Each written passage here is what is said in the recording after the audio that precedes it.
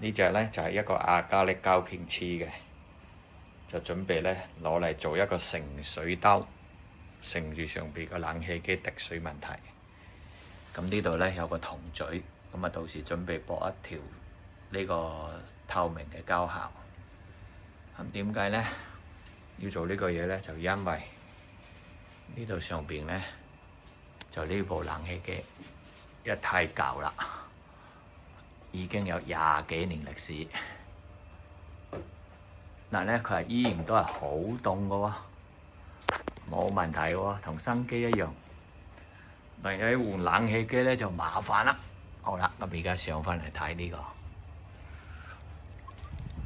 咁呢部呢就開嚟嘅，係由2003年到而家噶啦。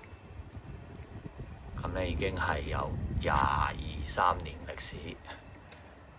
咁而家點解呢？就呢度已經裝咗啦，擺咗呢一隻盛水兜。就咁樣已經駁好咗啦。條膠喉呢，就咁樣落翻嚟。咁呢度呢，呢個邊嗰度落翻嚟之後呢，呢度掛住呢一隻桶，今日係有支蒸餾水樽。咁點解要整呢？點解唔換咗部冷氣機去呢？因為第一件事佢繼續凍啦。咁又換冷氣機就好煩嘅，因為佢喺呢個要整開呢個窗。因為呢個冷氣機呢，就裝喺呢個分體機個生氣就裝喺呢度嘅。咁要拆咗呢個生口，咁啊嗰邊度就有個生口嘅。咁為咗呢，唔想咁麻煩，咁啊呢部最主要部冷氣機仲用咗20幾年，仲用得仲鬼咁凍添。好啦，咁嘅情況就係咁。咁我而家呢，就呢度有準備裝水，咁啊今日倒落去。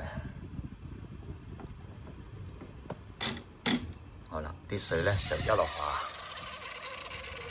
聽唔聽到啲聲？啲水係咁煮聲。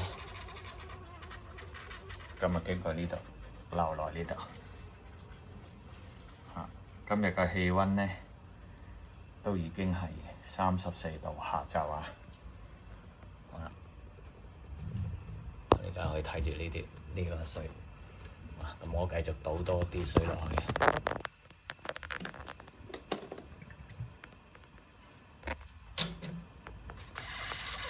哇！起一個虹吸作用添。咁啲水呢，就可以一路咁樣流落去。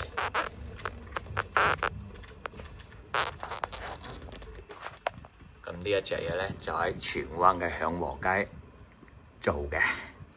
咁我一陣間呢，就會喺呢個 YouTube 片下邊嗰度個留言嗰度呢，就會留翻呢個公司名啦，同埋佢嘅電話。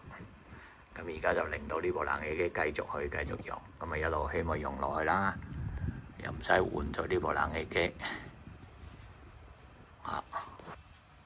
就今日最主要就介紹呢一個兜可以盛水嘅。咁當然呢隻嘢就係我設計㗎啦。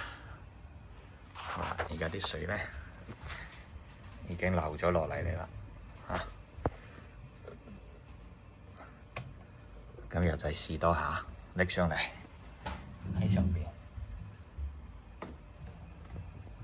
好啦，整多次虹吸俾大家睇下。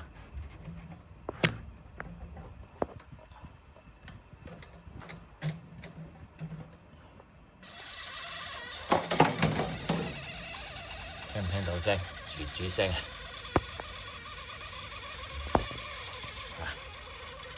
咁啲水呢，直接流落呢個桶啦。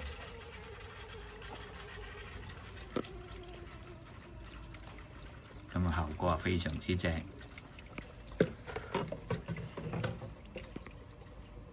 好，條片就拍到呢度為止。多謝大家收睇，拜拜。